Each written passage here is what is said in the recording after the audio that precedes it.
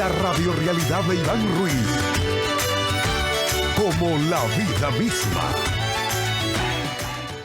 Bueno, ya sí tenemos al prestigioso, destacado, querido periodista de la República Dominicana, Uchi Lora. No sé si estabas escuchando, Uchi, ante todo bienvenido, que hacíamos de memoria un poquito de historia de cuando en principio de los 80 irrumpes en el show del mediodía de la mano de Jackie Núñez, de Augusto Guerrero, ¿no? Pero que también hacías tu columna Tintero. Era Tintero que se llamaba, ¿no? Tintero, en el periódico El Nacional. en la noticia. Ah, en la noticia primero. ¿O siempre fue en la noticia? ¿Perdón? ¿Siempre fue en la noticia o en un momento dado fue en el Nacional? Bien, se escucha con mucha dificultad, no escucho claramente. Ok, que no, que si Tintero siempre fue en la noticia o también en un momento dado estuvo en el Nacional. No, es que yo trabajé primero en el Nacional. En el Nacional yo entré en 1966. Cuando nací yo. Sí, hace 54 años. Sí. Y después salimos del Nacional, hicimos una huelga, los periodistas que trabajábamos en el Nacional, y nos sacaron con la policía cuando teníamos una semana ahí bajo el parqueo. Y luego entonces hicimos la noticia, y en la noticia yo escribía esa columna. Ah, pero muy bien. También nosotros resaltábamos, Uchi, no sé si es que estábamos en una cabina provisional, por eso estamos haciendo unos ajustes técnicos. Si no nos escucha bien, nos vas diciendo, tú conoces de estas cosas, ¿no? Y más cuando es en vivo. Hablábamos de aquella época hermosísima, por ejemplo, cuando Ventura y yo empezamos, ahí estabas tú, que fue en Teleantillas, en aquel proyecto con Jackie Núñez, de Viva la Vida, Diario Vivir, el show de Jackie, que para mí, fue un proyecto que se adelantó a su tiempo, Uchi.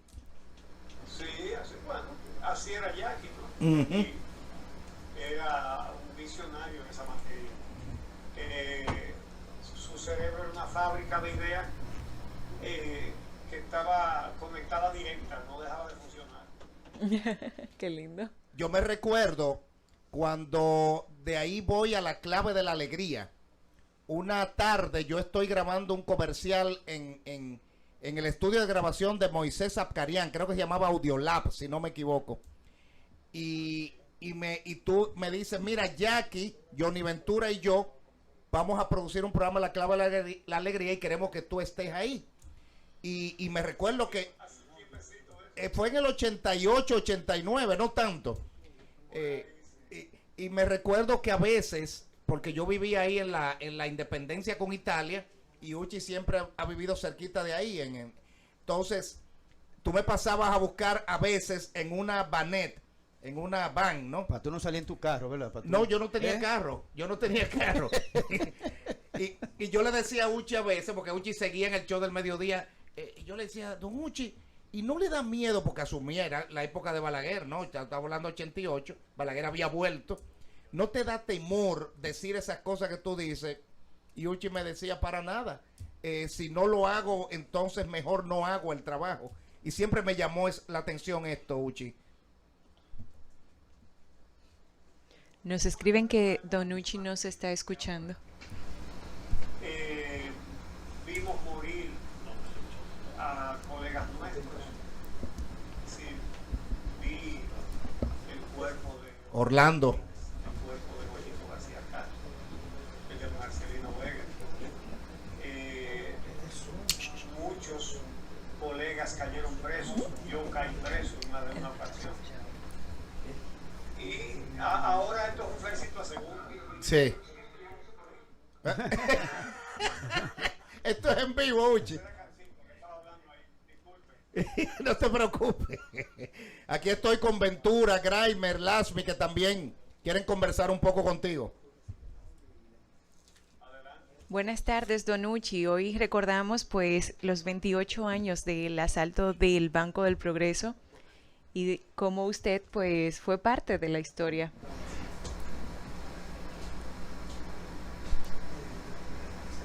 Bueno, fue un episodio bastante particular creo que yo cometí un error. ¿Por qué? ¿Cuál fue su error? Pido no cometer de nuevo si se ofrece una ocasión parecida. Pero lo que pasó fue porque ese asaltante, que luego resultó ser un médico cirujano, tenía en rehenes a varias empleadas, la gerente de ese banco, varias empleadas. Había un tranque en las negociaciones porque lo que él exigía no lo podían complacer de ninguna manera. Y yo lo subestimé. Pensé que yo podía persuadirlo. Porque usted se ofreció como rehén, ¿cierto? Un delincuente común, si se ve rodeado, se entrega. Pero ni yo ni nadie sospechaba que se trataba de un médico cirujano que no iba a permitir ninguna solución que implicara su identificación. Ese fue el kit del asunto. Cualquier solución era identificándolo.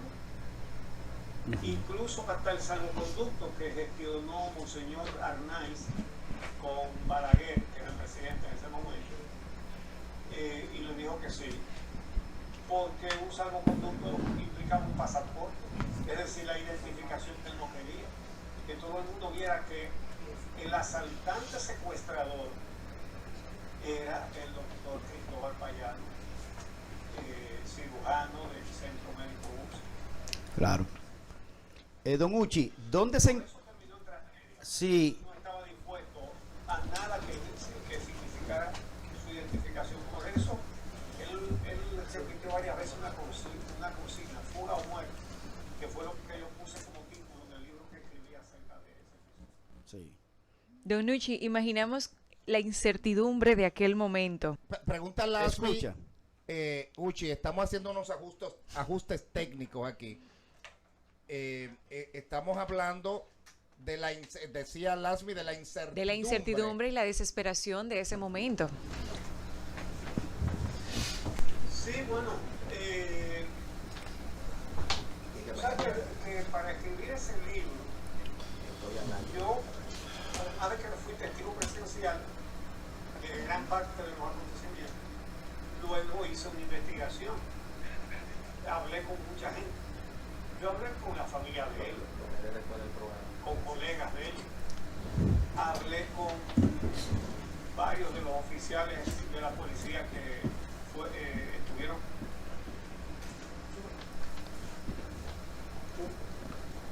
El audio, compañeros. Te pedimos disculpas, Uchi, a ti y a la radioaudiencia y teleaudiencia por estos ajustes técnicos que estamos haciendo de imprevisto en esta nueva cabina. De manera que pedimos disculpas de cualquier asuntito que ustedes no vean como siempre salimos al aire. Y disculpa, Uchi, también, por favor. Si puede... Entonces,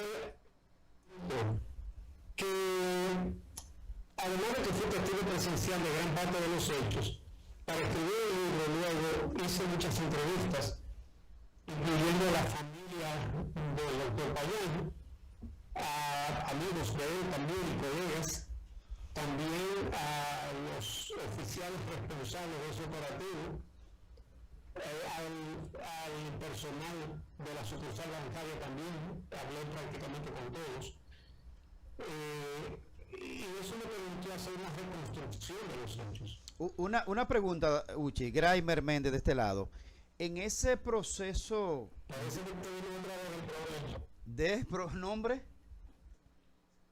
bueno, en esa investigación, don Uchi, una de las cosas que por lo menos yo no he podido verificar o tener la fuente primaria, como en el caso suyo, el caso del doctor Cristóbal Payano Rodríguez, ¿qué nivel de desequilibrio mental o desajuste emocional o qué fue lo que lo llevó a esa situación?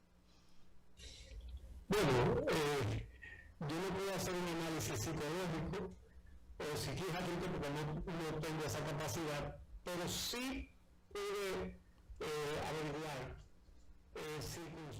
circunstancias que lo llevaron a eso, que probablemente lo empujaron a eso.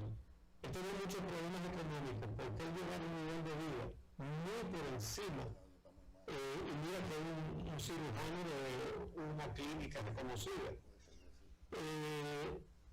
Él tenía una relación con una mujer que había sido pareja, digamos, no oficial de un empresario muy rico, una persona bohemia. Era jugador, era ludópata.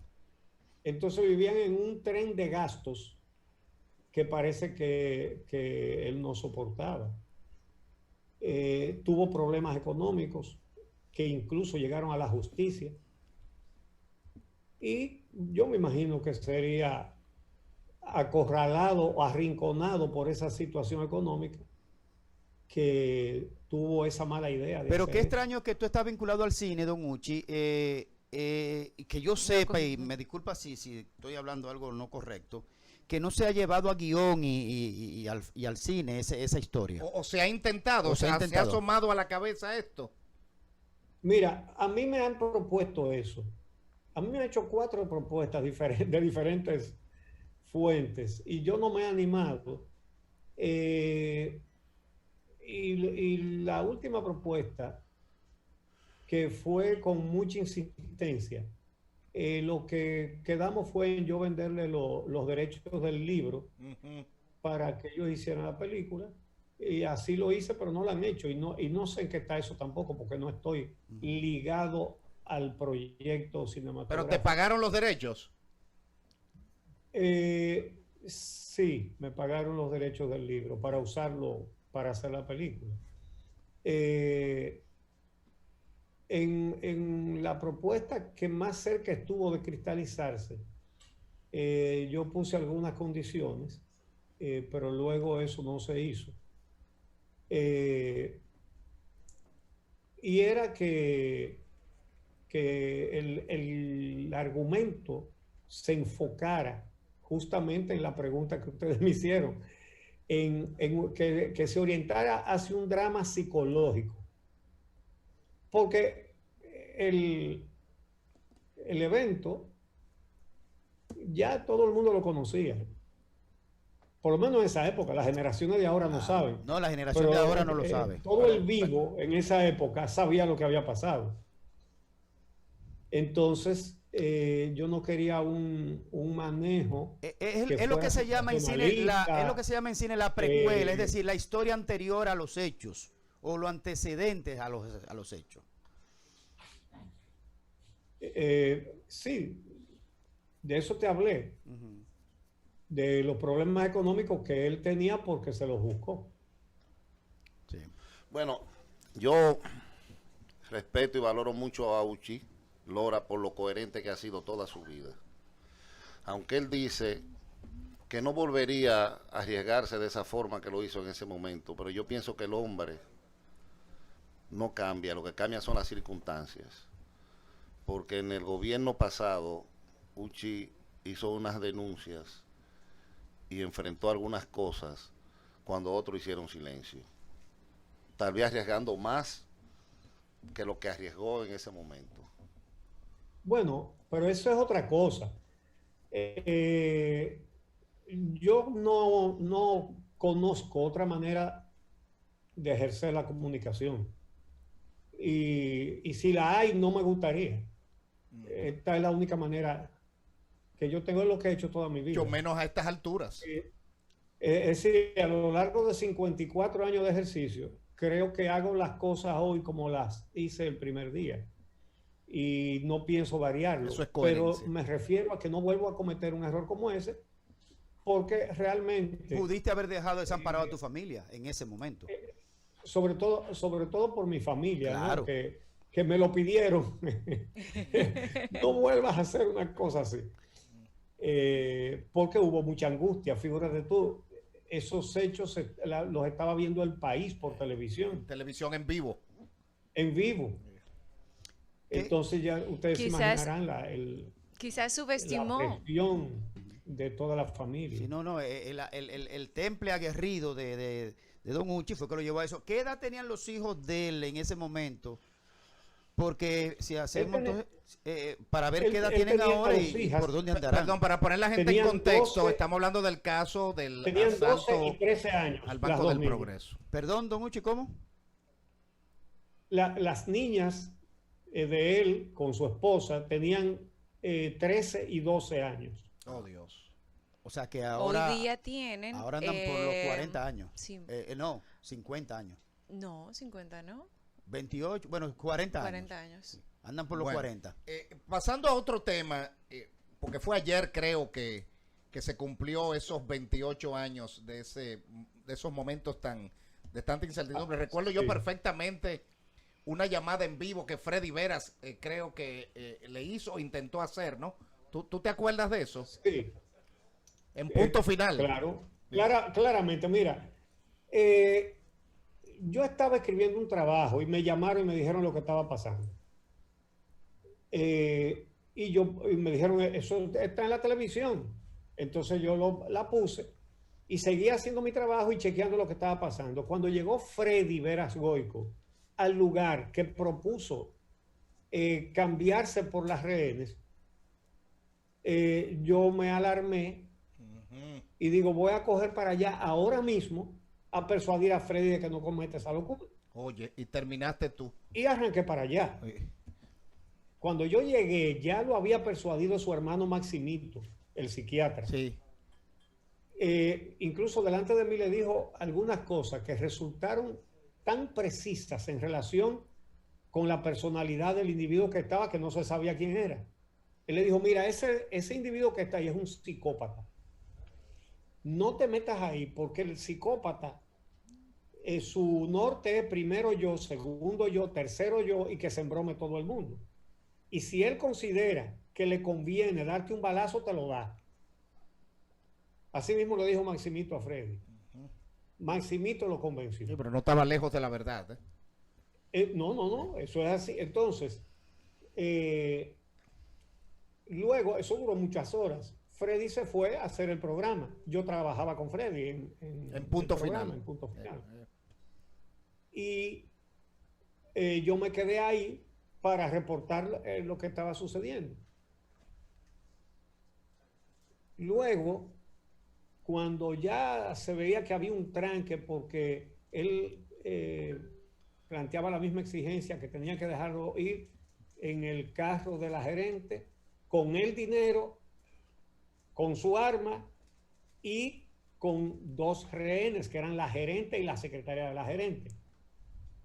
Que no es difícil imaginarse por qué él quería llevarse a esas dos, porque eran las únicas dos que trabajaban en esa sucursal desde hacía tiempo en que él visitaba esa sucursal, porque él y su esposa tenían una caja de seguridad ahí. Okay. Entonces esas eran las que él entendía que lo podían identificar. Revelar, sí.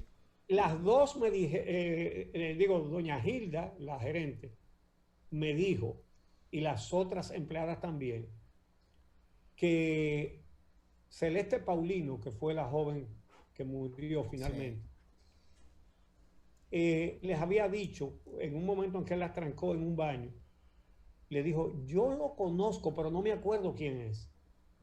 Sí, ella sabía que lo conocía, pero nunca lo identificó. Y le preguntaron, ¿pero será algún canjeador? Y ella dijo, no es canjeador. Él ha estado aquí en otra cosa, pero yo no me acuerdo. Y efectivamente, él había ido porque tenían una caja de seguridad donde tenían los pasaportes de ellos y de sus niñas y otros documentos que tenían guardados en una caja de seguridad en esa sucursal, porque en la sede central del banco no habían cajas disponibles para eso, que era donde trabajaba su esposa, que era gerente de recursos humanos. Entonces, es evidente que su insistencia en llevarse a esas dos rehenes no era nada bueno. Eran las dos que lo podían identificar. Todas las demás habían entrado a ese banco después de la época en que él iba a esas diligencias.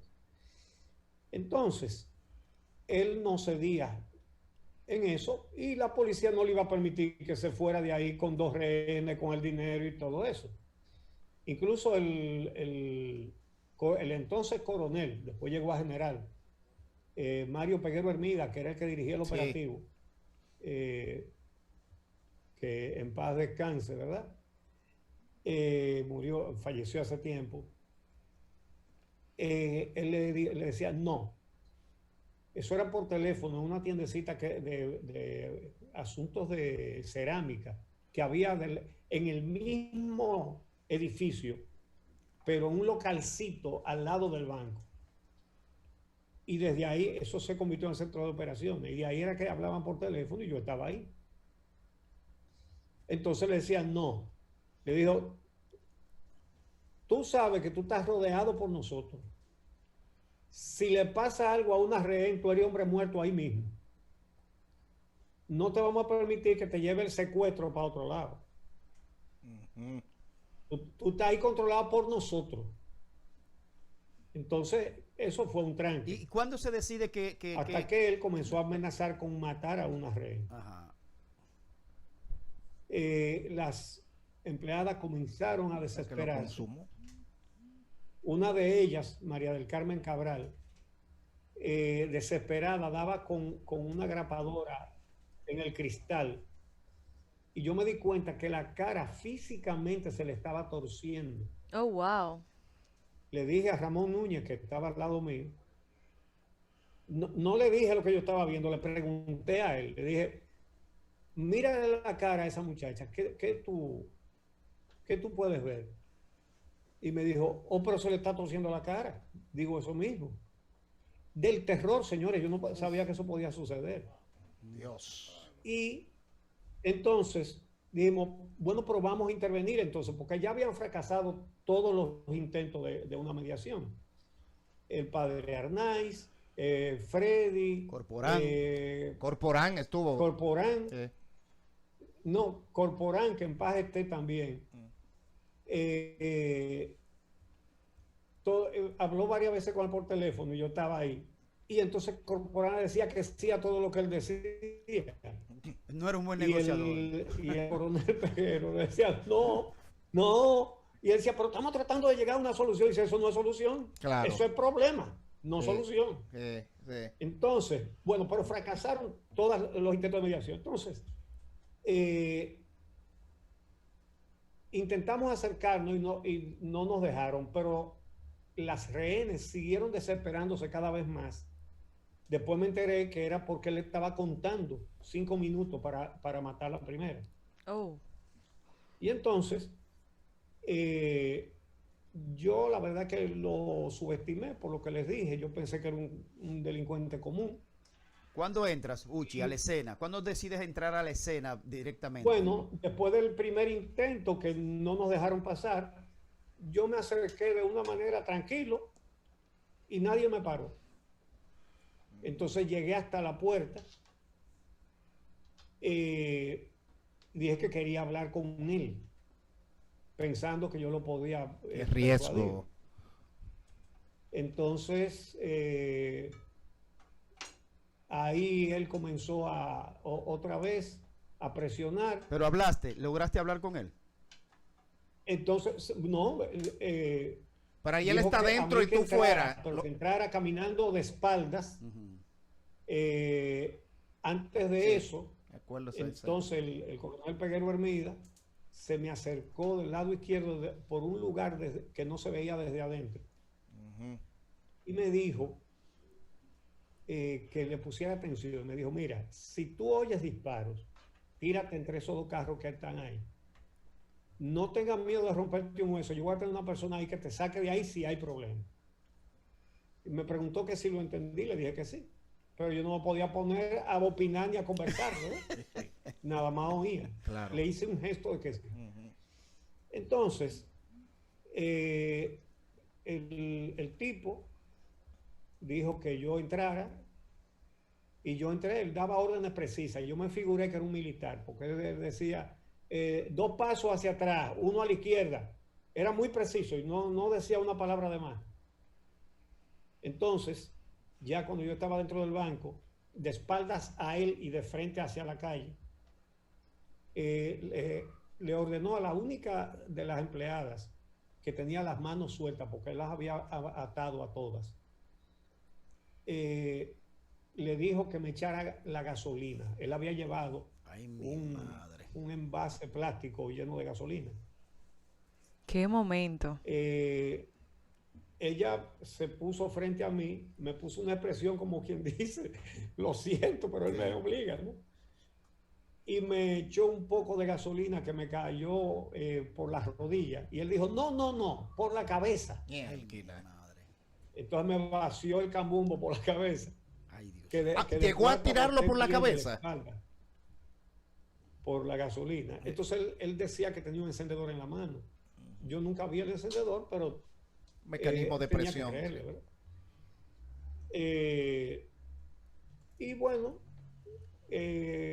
exigió que devolvieran la llave del carro de la gerente porque al principio del asalto, cuando la policía llegó, que le avisaron, no había nadie en el banco. Y era que él tenía todo el personal atrás, no se veía el frente entero de cristal. Y estaba eso ahí y no vieron a nadie. Le preguntaron a un muchacho que vivía en un apartamento de arriba, ¿dónde fue el atraco? Y el muchacho dijo, atraco, porque aquí no había atraco, porque nadie se había dado cuenta afuera. Y estando los policías ahí, él cogió la tula llena de papeletas, que es un saco como de lona, ¿no? Y se lo dio a los únicos dos hombres que había en el personal, que eran un cajero y el guachimán, a quien él desarmó. Y le dijo que llevaran la tula llena de dinero hasta el carro de la gerente. Entonces, ellos lo hicieron. Cuando los policías casi se van, porque no había habido atraco, según los vecinos, ¿verdad? Salen estos dos jóvenes con una tula llena de dinero. No lo mataron de casualidad. Entonces, inmediatamente lo encañonan, lo esperaron que salieran con la tula. Y cuando estuvieron entonces ya en la acera, ahí mismo los rodearon y ellos vocearon, somos empleados, el atracador está dentro. Entonces llegaron a poner el dinero en el asiento de atrás y así se quedó ahí con la puerta de atrás abierta, porque los policías lo dejaron que llegaran hasta el carro y ahí fue que lo sorprendieron. Y él le había dado la llave del carro de la gerente para que abrieran el carro y pusieran el dinero. Entonces la policía les quitó la llave. Cuando yo entré, una de las cosas que le exigía era que devolvieran la llave del carro, de ese carro. Y en un momento me la tiraron para que yo la recogiera. El mismo coronel Peguero Hermida. Yo la recogí. Entonces, ahí con la llave en la mano fue que entré caminando hacia atrás con las instrucciones de él. ¿Qué te decía Uchi? ¿Qué te decía él en ese momento? Llave. ¿Perdón? Si recuerdas, ¿qué te decía él en ese momento? Cuando ibas caminando así como de espalda, en esos momentos de las llaves. Él hablaba bajito a una de las rehenes y ella me repetía a mí. Entonces, después sí le oí la vocecita que él ponía, que él fingía. Mucho más adelante. Pero entonces, él le dice a ella que me entregue la llave a la gerente. No, perdón, a mí que le dé la llave a la gerente. Y se la doy. Entonces le dice, ¿esa es su llave? Y ella con mucha seguridad le dijo, sí. Después me enteré que no, que le habían dejado casi toda la llave, pero tenía una llave de seguridad que se usaba antes de encender el vehículo. Y esa se la cambiaron por una que era igualita. Wow. Entonces, eso lo dijo Peguero Hermida después de todos los hechos. Me dijo, era con los dedos que tú ibas a prender ese carro, porque esa llave no lo iba a prender. Entonces, Él le pregunta, ¿esa es su llave? Y ella la vio y con mucha seguridad dijo, sí, esa misma es. Véala bien, sí, esa es. Era una mujer muy valiente. Y él muy inteligente también, Muy porque valiente. tuvo esa precaución también de esa Entonces, observación. bueno, ya de ahí en adelante fue otra vez, nos llevó hasta la puerta, pero hacia otra puerta que no era por donde habíamos hablado. ¿Qué tiempo transcurrió Y- entre tu entrada al banco? Y ya las instrucciones que me habían dicho que me podía tirar entre dos carros, ya ahí donde estábamos no había carro. Es decir, que quedaba campo abierto todo. De todas maneras, por suerte, yo pensé, ¿qué hago si se arma el lío aquí? Y pensé, bueno, para donde quiera que yo corra, él me va a tener a tiro. Pero pensé, lo menos peligroso es hacia la derecha, hacia la calle. Creo que es la Hermanos del Igne que está ahí. Sí, esa misma. Y lo hice cuando tuve que hacerlo, lo hice por donde había pensado ¿Cuándo hacerlo. cuándo se arma el tiroteo del francotirador y demás? Fueron 2 tiroteos, la gente como que no registra bien eso, fueron 2 tiroteos. Primero, cuando estábamos ahí, que él insistía en llevarse las rehenes y toda la cosa, y la policía le decía que no. Entonces exigía que apagaran unas luces que habían buscado de obras públicas. Estamos conversando con el periodista Uchi Porque él Lora. había apagado las luces del banco. Estoy hablando después de medianoche. Entonces, exigía que apagaran esa luz. Y le decían que no, que el técnico no está aquí, que dígale a ellos que no hagan cuentos, que eso nomás hay que apagarlo con una llave. En fin, y siguió forcejeando y que iba a matar a uno para demostrar que él no estaba jugando. En un momento me dijo, te voy a tener que matar. Ay, mamacita. Él te reconoció, obviamente, Uchi, ¿no? Sí, claro. Ok. Y a mí se me ocurrió, yo creo que fue Dios que me iluminó. Y yo le dije, bueno, ellos lo van a agradecer. Fíjate tú toda la denuncia que yo hacía contra la policía en esa época, de tantos crímenes. Yo no sé si eso le hizo efecto o no, pero el caso es que dentro del forcejeo, él comenzó a presionar más y más, y esto lo averigüé después con Pedro Hermida y con otros oficiales.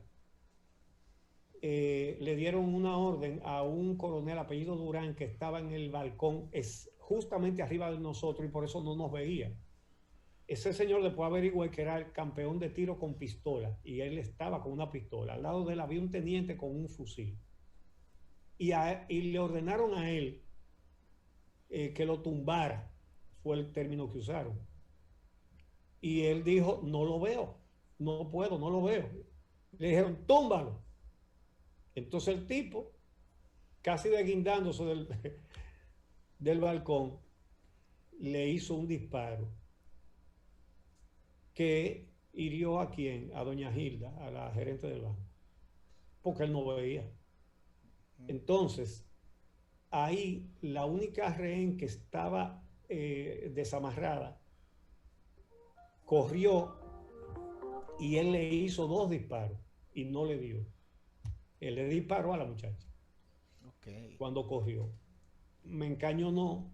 Él me había dicho, me había amenazado con matarme si yo volteaba la cara, pero yo la volteé porque Instinto. yo tenía que saber lo que estaba pasando, Instinto. para saber lo que yo iba a hacer.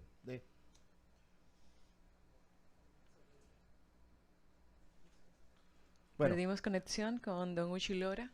está haciendo un relato que yo nunca antes había escuchado. Uno ve el video y todo, nunca tan pormenorizado. Parece que perdimos el contacto.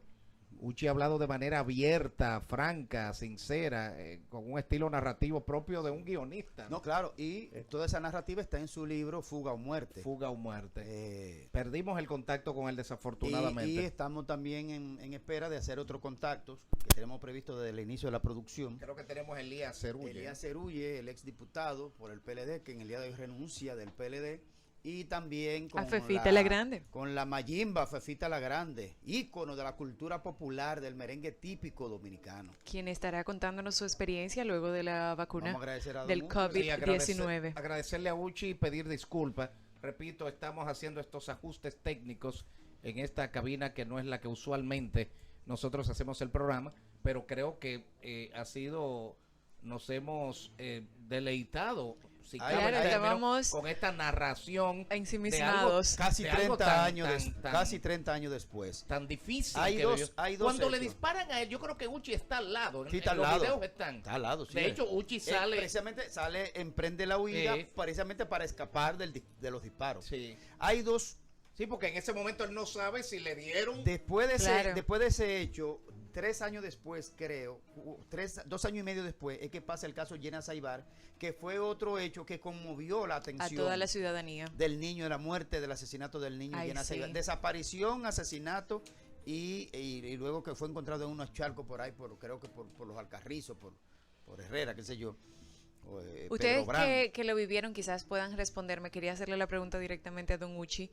Tengo entendido que eso fue transmitido en vivo Sí, y fue que eso transmitido duró en- más de 12 horas. O sea que Y, más oye, de no es como 12 hoy. horas. No habían facilidades de transmisión en vivo. Había que Facilidad tener técnica. Había unidades satelitales. unidades satelitales Sí, grandísimas, grandísimas. costosísimas. No es como ahora que uno tiene su Live Connect, sus El mochilas celular, tú prendes de un Live Live View. Exacto. Eso, yo me recuerdo, eso logró una atención nacional completa. No, y la gente Y se no es movió. para Todo el mundo menos, viviendo no es para momento a menos. Un montón momento. de gente Cuando fue que sonó el cogió primer para allá. tiro, cogieron todos los policías y empezaron a tirar a los locos. Desde que sonó el primer tiro, empezaron todos los policías Pero a tirar. como él explicó, fue muy bien manejado hasta ahí, ¿eh? Como él explicó, mira como Hermida le dijo derecha, el otro le dijo derecha, izquierda, mira como el francotirador le da en ese momento. Ahora hirieron a la gerente. Sí, en el primer, previamente, en el primer porque disparo. le pusieron a disparar sin el señor Sin estar él estar- viendo. si él está- si él tiene Túmbalo, el pero no franco. lo estoy viendo. Sí, Túmbalo, sí, sí. pero no la estoy viendo, cojollo. Porque Hirieron a la- parece que los que estaban al mando sí sentían que ya se iba a salir de control, la situación. Y yo ya creo que había temían mucho por Uchi. Por Uchi, Mira, sí, claro. Uchi era un crítico de Balaguer, un crítico de la policía, pero un crítico pero frontal, del sistema, digamos. del sistema. Del Exacto, sistema. no de Del alguien en sistema. específico. Un crítico diario en el show del mediodía. ¿No? Y fíjate cómo él dice, yo aquí era la oportunidad de que, Por de supuesto. que me eliminaran sin querer. Sí, Exacto. sin querer. Porque ahí, Se lo puso en bandeja de mira, plata. ahí va a ser válido cualquier situación nadie va a decir cualquier que- error, ¿no? Sí. De manera que yo creo que es una narración de primera mano. Y parece algo increíble, algo como de verdad de película. Fíjate que el delincuente terminó siendo un médico cirujano. Sí. O sea, como quién lo iba a De pensar. Pero de miren, clase media alta. ahora es que esto despierta interés en una película. Yo creo que quienes le compraron el libro para hacer la adaptación a guión, si estaban escuchando el programa, no saben, bueno, quizás lo saben, pero entender que si hay algún elemento para hacer un drama de verdad, de investigación policíaco y psicológico, es este hecho de fuga o muerte. bien, antes de irnos a la pausa, Ventura quiere resaltar algo de la Óptica Oviedo, de Juan Oviedo, que acaba, sigue inaugurando. Estos son de los empresarios visionarios, que aún en Valga. momento de pandemia no le tiembla el pulso y siguen hacia adelante, ¿no? Y además de hacer una obra social Sí, hermosísima. pero fíjate, en estos momentos donde las empresas están prácticamente sobreviviendo, disminuyendo y desapareciendo, Así es. él está creciendo. Ha inauguró el año pasado una óptica en Santiago modelo y ahora inauguró un edificio enorme con todas las facilidades ahí. Van las personas, hacen su chequeo y salen con sus lentes en 10 minutos. Increíble. Entonces la capacidad que yo veo en Oviedo es que él no se amedrenta. Y a los momentos difíciles le pone buena cara y creatividad para aprovecharlo y seguir creciendo. Haciéndole honor al adjetivo con que lo definiste, visionario. Visionario. A Sobre propósito todo de de la... óptica. Exacto. De la naturaleza de su negocio. Bueno, regresamos. La radio realidad suena para todos. En breve, Elías Cerulli. También tenemos en stand-by a Fefita la Grande, la vieja Fefa. Tenemos ya. Bien. Ay, volvimos a hacer contacto con don Uchi Lora. Uchi. Qué bueno. Uchi Lora, ¿nos escucha? Uchi, ¿nos Don- escuchas? Hola. No. Bueno, él no nos escucha. Esto es el Sunset, un sud en el set de la Radio Realidad. Nosotros sí estamos viendo a Donucci, pero no podemos escucharlo. Espero Mientras que el equipo... mañana volvamos a nuestra cabina, ¿no? Porque esto ha sido... nosotros. Sí. Uchi, ojalá nos estés viendo. Gracias, lenguaje de señas. Lenguaje de señas, gracias por esa narración minuciosa, detallada. Yo creo que los guionistas a quien le entregaste el libro, si estaban oyendo y viendo el programa, se van a entusiasmar, porque esto da una película. Esto da una película, pero sumamente interesante. Gracias, Uchi. Sabes que te queremos y respetamos mucho tu integridad y eres una reserva moral en este país. Totalmente. Qué bueno de acuerdo. tenerte. Gracias. Qué Uchi. privilegio. La Radio Realidad suena para todos. La radio realidad de Iván Ruiz. Como la vida misma.